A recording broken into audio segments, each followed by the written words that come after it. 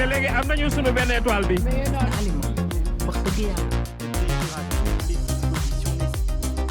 Asalaamaaleykum chers spectateurs de Sky TV ñu ngi leen di dalal fii ci benn numéro bu bees d'interview avec les acteurs. Donc on avait l'habitude de le faire il y a quelque temps. On a repris une nouvelle saison pour le dire. On va faire le tour des acteurs, ceux qui font le cinéma, ce qui fait le cinéma, pour waxtaan ci la carrière cinématographique des acteurs, etc. Donc n'hésitez pas à vous abonner à la chaîne Sky TV, de cliquer sur la cloche de notification pour avoir toutes les autres publications. Dans ce numéro, en exclusivité sur Sky TV, nous sommes venus rendre visite à un acteur que peut-être on n'a pas encore vu, n'est-ce pas, en dehors des plateaux de cinéma. Tey dañu ñëw seet si Philippe Coly. Bon, il y a plein d'alias, hein? Alias Thierno de Impact ou Sidi Tunkara de Lord de Ninki Nanka, ainsi que alias comment dire, Aremer Thiaba, n'est-ce pas? Voilà, maître Pandoy. Alors, Philippe, ñu ngi lay nuyu. maa leen di nuyu bu baax a baax te kontaan ni ngeen wàcce sama kër nii. Merci de nous avoir accueillis chez toi. Alors, on va déjà commencer par la présentation de la personne. C'est qui Philippe Coly pour les internautes? Alors, mon nom au complet, c'est Philippe Sylvain Coly et je suis sénégalais de souche, marié avec une princesse, comme on dit. Et voilà, pour ceux qui pensent que je suis étranger, entre guillemets, d'aucuns me confondent avec un Ivoirien, Béninois, Togolais. Je suis sénégalais, je suis très sénégalais, catholique chrétien. Dans ma vie professionnelle, je suis dans le milieu de la banque. Je suis aussi maître de chœur, chanteur gospel et beaucoup plus de facettes un peu plus cachées. Voilà. Beaucoup de casquettes, quoi. Donc, d'emblée, c'est vrai, donc ce que tu dis, qu'on te confond avec un étranger, quoi. Oui, ça t'arrive? Ah oui, ça m'arrive beaucoup. D'abord, ça m'arrive dans le milieu musical, parce qu'ils disent que la manière dont je m'exprime le plus souvent n'est pas trop sénégalais. J'ai dit, bon, c'est normal, j'ai côtoyé beaucoup de nationalités durant mon enfance. Ça m'a beaucoup aidé aussi, parce que ça m'a permis aussi d'aller vers d'autres cultures et de connaître ce qu'ils vivent et ce qu'ils font. Et dans le milieu du cinéma aussi, on m'a beaucoup confondu avec un nom sénégalais. Et voilà, dans la vie de tous les jours. Donc ça m'arrive tout le temps. Oui, ça arrive, hein, des personnes, c'est comme des personnes panafricaines, quoi. Panaf. Je me rappelle, Moussa Def Ben publicité, on me dit, on t'a pas pris parce que tu n'es pas panaf, en fait. On te voit, tu es Peul, quoi. Alors que donc, toi-même, tu es panaf, quoi. Alors, donc, et tu as donc eu ce parcours-là. On voit que c'est beaucoup de casquettes alors que tu portes. Oui. En fait, bon, dans le milieu catholique, je vais dire, quand on est un peu plus jeune, les parents refusent qu'on reste chez nous. Donc, ils nous font découvrir d'autres mondes. Et moi, j'ai commencé par un mouvement catholique qu'on appelait le CVAV, qu'on appelle toujours le CVAV, Cœur vaillant, âme vaillante. Ensuite, j'ai fait le louvetisme, le scoutisme et la route. Donc, avec ce genre de mouvement, vous arrivez à apprendre beaucoup de choses dans la vie de tous les jours, que ce soit la cuisine, que ce soit les tâches ménagères. Donc, ce ne sont pas des choses qui nous fatiguent. Et on est très social. Donc, de par mon socialisme, j'ai pu, comme je disais tantôt, côtoyer beaucoup de personnes. Et par mon cursus scolaire aussi, avec les collèges où je suis passé, j'ai côtoyé beaucoup de nationalités. Et moi, je suis très curieux. Et c'est dans la curiosité qu'on apprend beaucoup de choses. Du coup, voilà, c'est comme ça que j'ai appris. Donc, si tu dis que tu as côtoyé plein de nationalités, ça veut dire que tu as voyagé ou ici? Oui. J'ai voyagé, j'ai fait le Gabon, le Togo, j'aimerais bien faire la Côte d'Ivoire et je pense que c'est en train d'arriver. J'ai fait l'Espagne et voilà. Maintenant, il y a d'autres projets de voyage et on espère que ça va vite se réaliser. Ok, on l'espère beaucoup pour toi, Inch'Allah. Alors, bon, est-ce que la cuisine, les tâches ménagères, ça veut dire qu'à la maison, tu fais ça? Ah oui. Cuisine, quoi. Ah oui. Actuellement, comme je disais, je suis en période de congé. Donc, quand je me réveille le matin et que je vois qu'il y a certaines choses à faire, je le fais. Je le fais automatiquement. Je fais le ménage, je fais un peu de balayage. Parfois, je fais la lessive, la cuisine. Mais il y a madame ici? Ah oui, il y a madame qui est là. Mais bon, quand elle n'est pas là, bon. Et après, pour éviter de perdre la main sur certaines pratiques, on préfère le faire nous-mêmes. Ok, d'accord. D'accord. Au lieu que ngay sëf lépp benn bonne wala benn ménagère, Exactement. parfois nga def ko quoi. Ouais, exactement. Ça, moi, je suis comme ça. Parfois, au lieu d'attendre que les autres le fassent à ma place, je préfère le faire moi-même si j'ai les deux mains et les deux pieds. léegi togg bi fii nooy toggee ay ceebu ñën ak yooyu yëpp da nga koy dóor quoi. Pour dire vrai, j'ai perdu la main. J'ai perdu la main parce que ñun góor yi moom, après, quand on se marie, on est un peu flemmard. Du coup, et madame parfois même refuse qu'on passe à la cuisine. Du coup, on perd un peu la main. Mais il y a certains plats que j'arrive toujours à cuisiner. Toujours à cuisiner léeg-léeg madame xaw a def la capricieuse. ne la togg. Voilà, c'est ça, c'est exactement ça. Voilà. Alors, donc, bu ñu ko defee après, tu as dit que le cursus scolaire, donc ça veut dire qu'aujourd'hui, à part l'acting, tu fais quoi dans la vie? Je suis banquier. Je suis banquier professionnel. Je gère les comptes, je fais dans le commercial. J'ai été commercial et là, actuellement, je suis banquier. Ok, d'accord. Donc, tu travailles dans une banque. Et, mais le problème, c'est que comment on arrive à allier le travail de banquier, j'imagine, qui est très prenant, et les autres activités, gospel, musique, chœur, etc., cinéma. Ça, je vais commencer par dire que je remercie Dieu déjà pour ça, parce il a tracé un planning qui m'est adéquat. Parce qu'aujourd'hui, s'il ne me permettait pas de faire plusieurs choses à la fois, j'aurais jamais pu réaliser. Pourquoi je le dis? Parce que, comme tu dis tantôt, hein, le travail de banquier, il est très prenant. Après, j'ai pu m'arranger avec les productions avec lesquelles je travaillais pour m'alléger un peu la tâche. Et vu qu'ils avaient besoin d'un certain personnage, ils ont accepté et je pense que ça a glissé. Ça a vraiment glissé. Le chant, c'est depuis tout jeune, j'ai toujours aimé et donc je me suis fixé un objectif avec le chant pour ne pas qu'il empiète sur ce que je fais, pour aussi ne pas être trop en retard avec le chant. Du matos, hein, du matos de musique, voilà, donc ça veut dire aussi tu es musicien, mais écoute, c'est-à-dire travailler, faire de la musique, mais finalement, Philippe, il se repose jamais alors. Oui, mon épouse le dit souvent, il dit que quand est-ce que tu prends le temps de me reposer? Je dis, je me reposerai quand je n'aurai plus de souffle peut-être. Mais tant que j'ai le temps et la force, comme je disais, je peux faire, donc je le fais. Mais c'est très important, il faut toujours trouver du temps pour la famille. C'est très, très, très important. Par exemple, quand je n'ai rien à faire, je suis toujours avec ma fille. Sinon, les week-ends, on s'organise avec mon épouse pour trouver d'autres activités. Des activités familiales, quoi. Donc, on vient on en vient au cinéma. Et tac, un beau jour, on voit Sidi Tunkara dans enfin, Philippe Colly au cinéma. Comment ça s'est fait? Comment l'entrée au cinéma s'est fait? Alors, pour la petite histoire, je faisais les doublages de voix pour Pod et Marichou. Et j'ai commencé comme ça, hein, dans le milieu du multimédia. Et c'était très facile pour moi, question doublage de voix, puisque je suis dans la musique et je m'y connais question scène.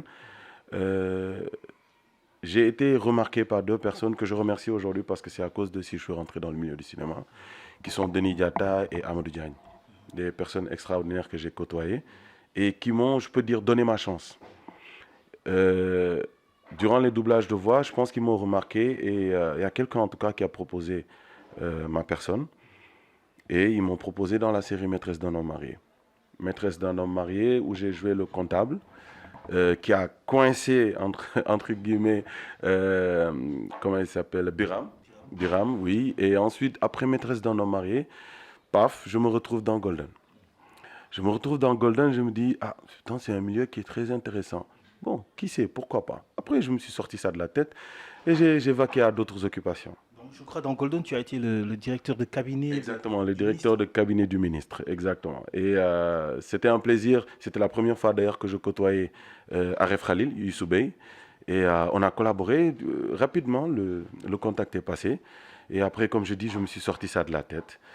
Je pense que je suis resté un an et demi et ils m'ont dit qu'il y avait des castings à passer, envoie-nous tes photos. Et je dis bon, je n'étais pas trop intéressé. J'ai dit bon, écoutez, allez sur mon Instagram, je publie souvent des photos qui peuvent vous intéresser, allez voir. Ils sont partis, ils ont vu, ils m'ont dit ok, bon, votre personnage nous intéresse, merci de passer un casting. D'accord, je suis venu, j'avoue que je n'ai même pas fait 1 minute dans la salle de casting. Ouais, tu arrives, on dit ok. Je n'ai vraiment pas duré dans la salle. Comment ça s'est passé?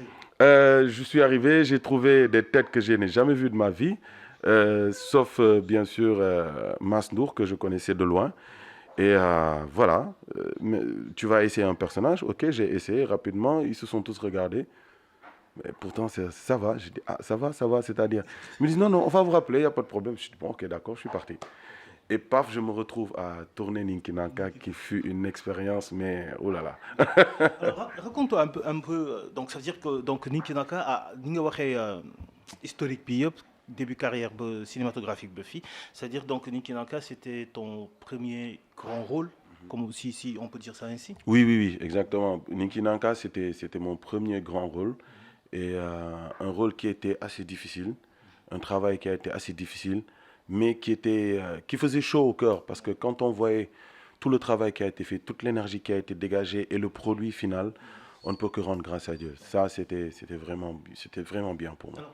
Alors, est-ce qu'il y a des enseignements que tu as pu tirer si tu devais décortiquer expérience bi nga am ci Ninki Nanka yan expérience nga si jot a am spécifiquement, particulièrement, des anecdotes peut-être? Je vais commencer par l'anecdote. L'anecdote, c'était d'avoir partagé la production avec Thierry Ibrahim Baïtier. Mais parce que je ne pensais jamais que j'allais partager un plateau avec lui. C'était quelqu'un que j'admirais énormément et que j'admire toujours d'ailleurs parce que jusqu'à aujourd'hui, il me dit toujours si tu as besoin de quoi que ce soit, appelle-moi, je suis là. C'est Batch. Oui, c'est Batch, voilà. Et c'était extraordinaire. La première fois que je l'ai vu, j'avoue que j'ai raté mes séquences parce que j'étais en admiration sur la personne. Et après, il nous a demandé d'arrêter, qu'on arrête la séquence et qu'on nous donne 5 minutes pour qu'on revoie un peu. Mais sur ce travail qu'on a eu à faire en quelques secondes, mais il m'a fait comprendre que, écoute, en ce moment, toi et moi, on est au même niveau. Tu es acteur, je suis acteur. Donc, on joue le rôle d'acteur et ensuite, on passe à autre chose. Et ça m'est resté dans la tête. Ça m'a permis aussi de jouer sur certaines séquences, sur certaines productions, qu'avec même des acteurs que j'admirais beaucoup, de redescendre sur terre et de me mettre au même niveau et d'avancer rapidement. Et du coup, j'avoue que certains acteurs même sont restés en admiration par rapport à moi parce qu'ils se disaient que mais c'est la première fois et voilà, ça. J'ai dit, ah, j'ai eu de bons professeurs. Bon, je me rappelle aussi que lorsqu'on jouait, parce qu'on a joué ensemble, tu étais mon frère, mais franchement, je te voyais jouer, je voyais l'aise avec laquelle tu jouais.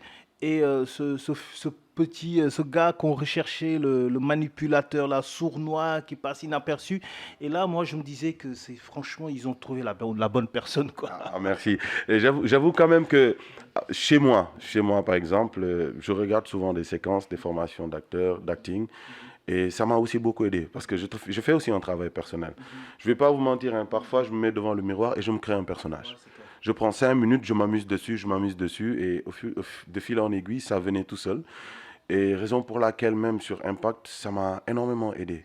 Impact, du démarrage, c'était pas compliqué pour moi. J'ai lu les 5 premiers épisodes, j'étais déjà dans le bain. Et je rends grâce à Dieu parce que je ne pensais pas aujourd'hui que j'allais être dans le milieu d'acting. Mon père, quand il m'a vu la première fois à la télé, il m'a appelé, il me dit, ça ne me surprend pas. Je dis, pourquoi? Il me dit, toi, étant jeune, tu étais toujours dans... Tu pensais que le monde, c'était un film. Et voilà, aujourd'hui, si tu es comme ça, je ne peux que prier pour toi. Ah, donc ton père, il est content. Ah oui, lui, il adhère, hein, il adhère à 400%. À 400%. Et il te donne des conseils, je ne sais pas moi, vous savez, les pères aussi, ils sont d'accord, mais attention à ça. Ah oui, lui, il est très regardant, surtout dans le jeu d'acteur.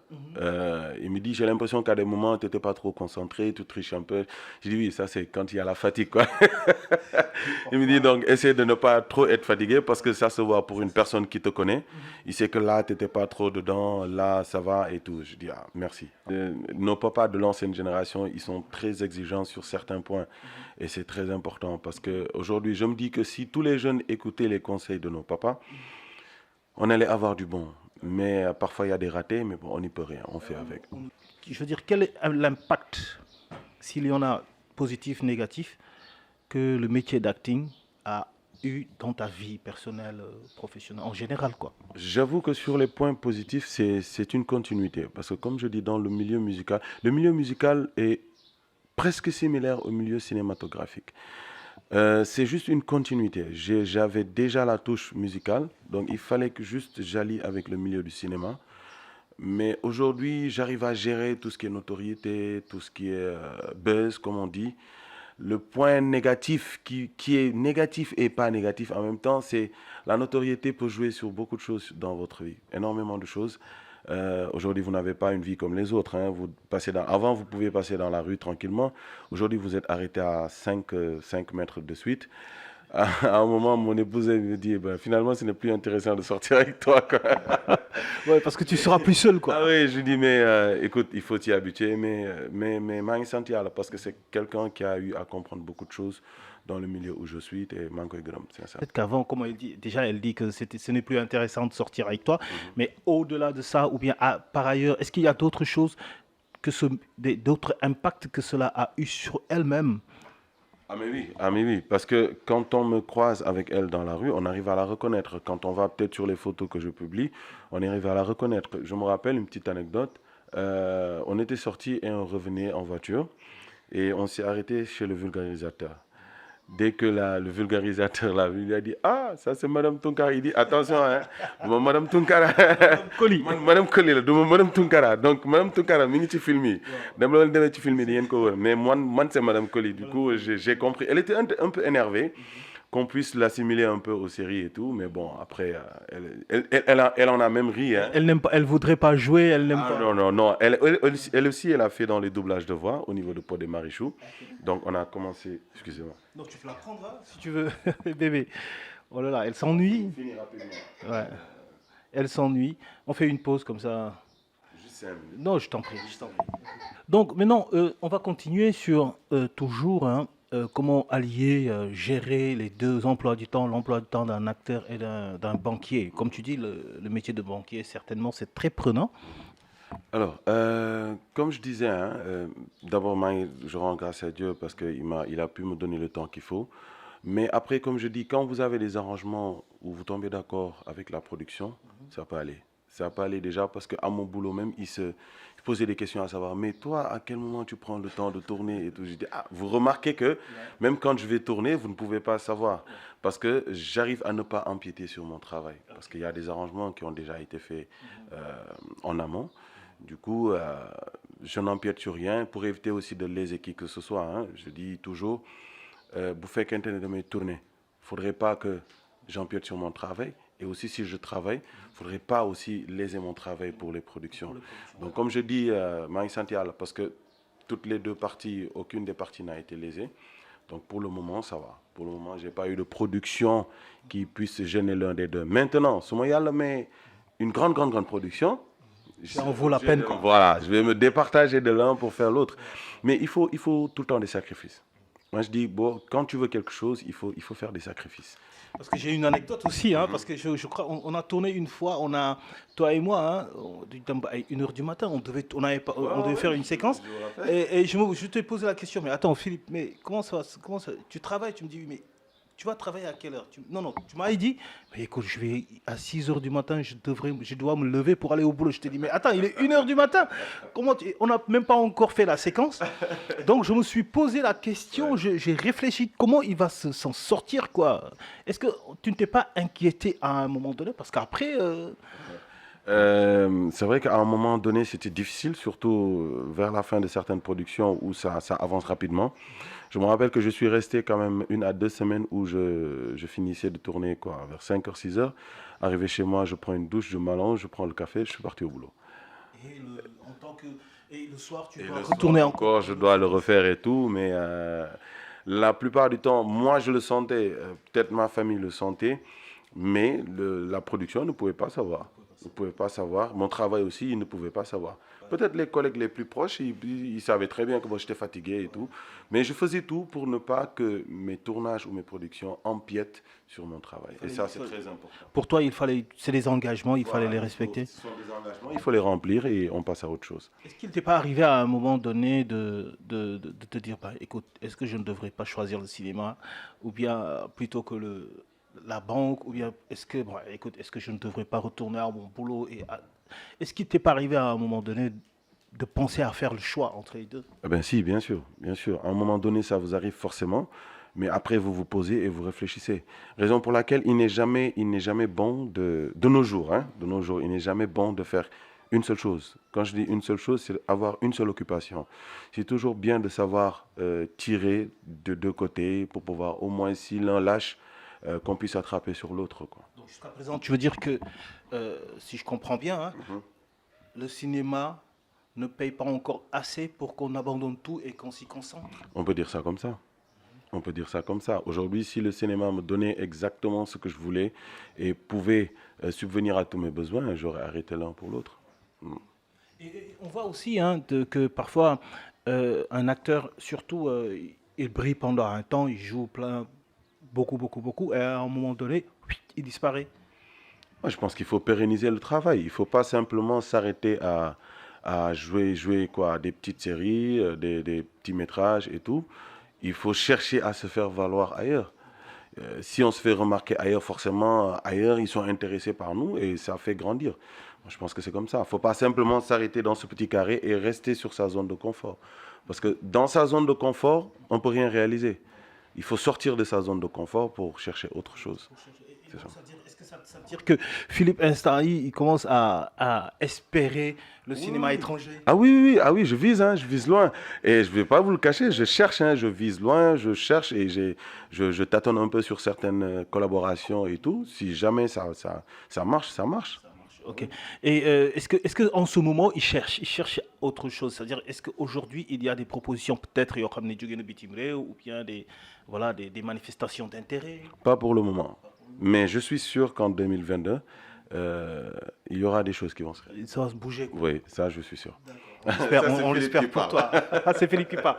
On l'espère pour toi et on prie pour que ça se réalise. Parce que tu as raison. Mais quel regard as-tu aujourd'hui sur l'atmosphère, l'univers cinématographique sénégalais? Qu'est-ce que ça t'inspire? Confiance, crainte, doute, espoir?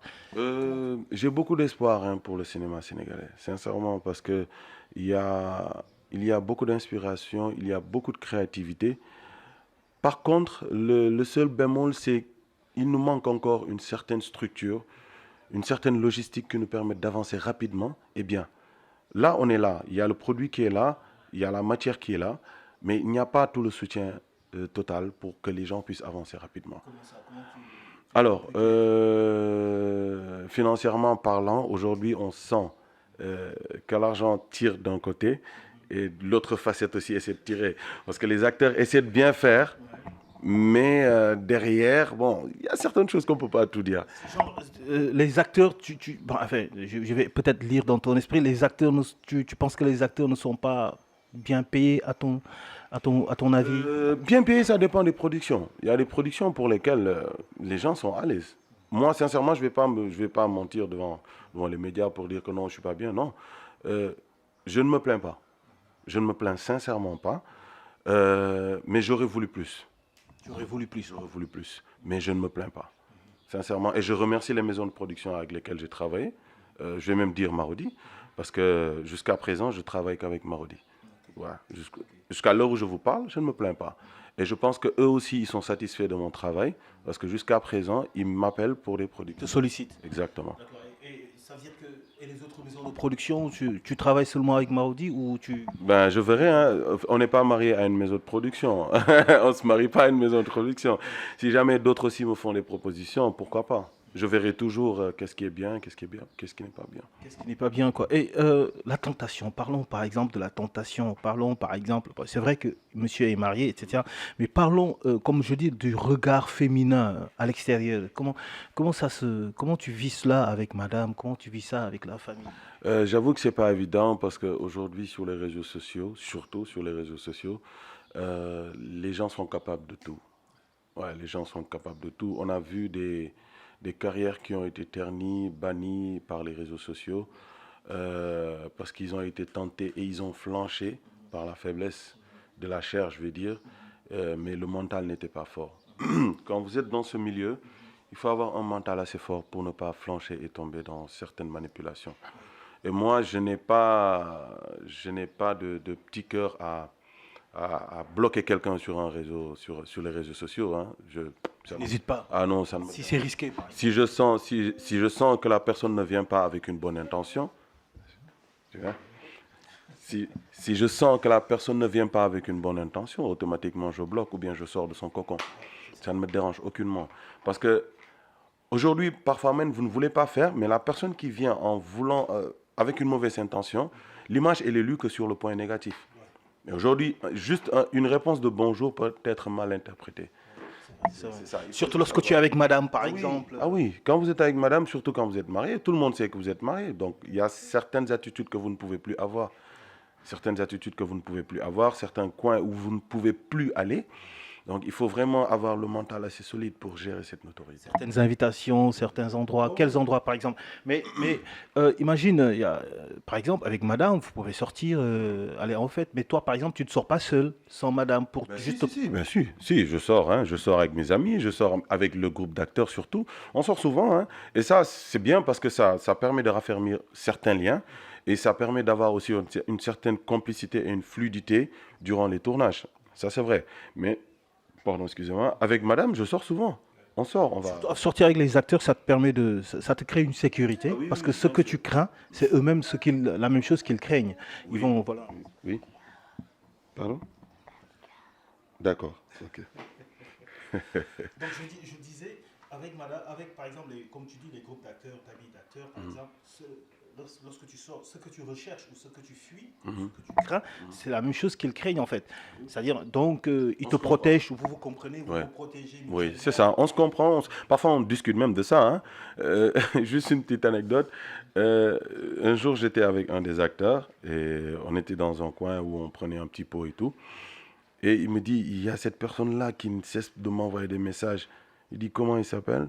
Il me montre le nom et je dis, moi aussi, il y a la même personne. Hein. Il dit, ah oui, c'est... Et du coup, il y a un deuxième acteur qui est venu et qui me dit, attends, mais celle-là, je l'ai déjà vue sur un... Je dis, mais donc, c'est quoi le problème? oui, donc c'est les personnes qui sont à la chasse des... Voilà, c'est exactement, ce sont des personnes qui sont à la chasse et qui ne vous laissent pas tomber. Hein. Ils utilisent une identité par-ci, de l'autre côté, ils utilisent une identité, donc ils ne lâchent pas, ils sont là. Et du coup, si vous flanchez un jour, ça passe de... Moi, par exemple, lorsque j'ai un nouveau contact et que je vais vérifier la liste de ses amis, si je vois que cette personne connaît la plupart des acteurs que je connais, c'est-à-dire une personne qui connaît plein de musiciens, plein de chanteurs, plein d'acteurs, cette personne... C'est un chasseur. Non, cette personne, je la bloque. C'est pas bon. Oui. Finalement, elle n'est même plus fiable. Ouais, c'est ça. Même plus fiable. Comme vous dites tout à l'heure, ce sont des personnes qui sont à la recherche de célébrités. Oui. Ouais. Oui, je te connais telle personne, je connais telle personne, je te connais telle personne. Voilà. Alors, donc, aujourd'hui, si, comme tu dis, hein, il y a la tentation, etc. Aujourd'hui, toi, tu as déjà de l'expérience. On voit que plein de personnes aujourd'hui foisonnent, je veux dire plein d'acteurs. Il y a encore des acteurs, des actrices, etc. Alors, toi, quel est le conseil que tu peux donner à ceux qui veulent aujourd'hui, quel est le conseil que tu vas leur donner pour percer? Les acteurs. Oui, les acteurs, les actrices, pour aujourd'hui arriver au niveau de Philippe Coly dans le cinéma. Quel a été le secret qu'il veut peut-être confier à ces acteurs qui veulent percer aujourd'hui? Déjà, il faut être patient. Il faut être patient. Et en Wolof, on dit gusto. Il faut aller à la recherche de... Il faut se documenter. Il faut énormément se documenter. Aujourd'hui, je vais citer son nom. Il y a un jeune que je respecte beaucoup. C'est mon petit frère à moi. Je le connais depuis, Roger Sala. J'aime bien sa façon de voir les choses. Parce que c'est quelqu'un qui sait ce qu'il veut. C'est quelqu'un qui sait là où il va. Et je pense qu'aujourd'hui, ça paye. On le voit dans d'autres productions. Il était en Côte d'Ivoire. Exactement. Et moi je dis qu'il fait très bien son boulot. Quand je venais de commencer dans Ninki Nanka, on discutait énormément. Je disais comment tu trouves.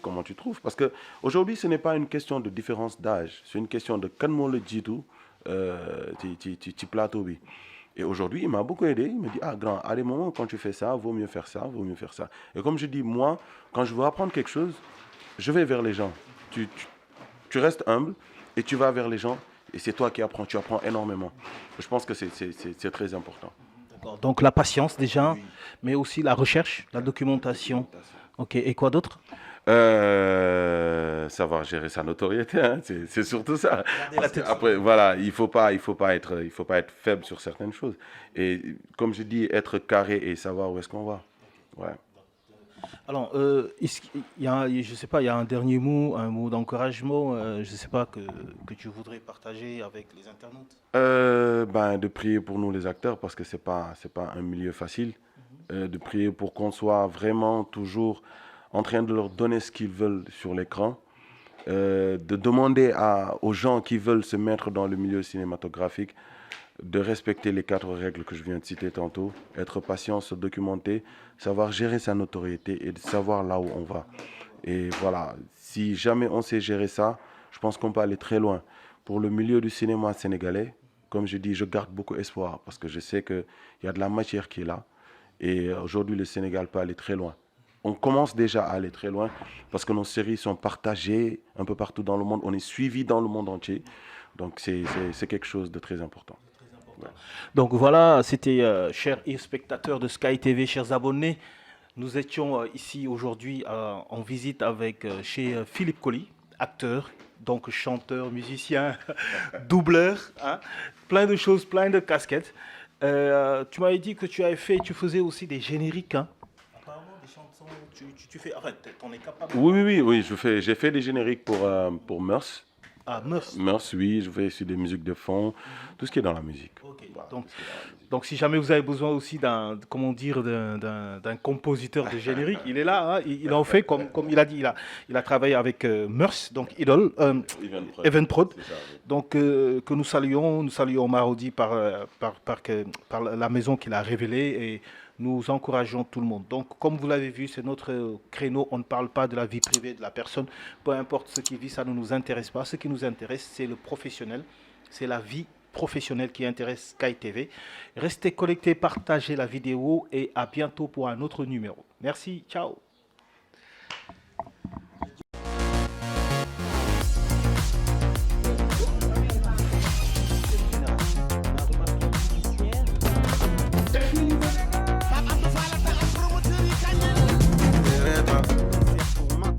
nag ne léegi am nañu sunu benn étoile bi. Alima wax dëgg yàlla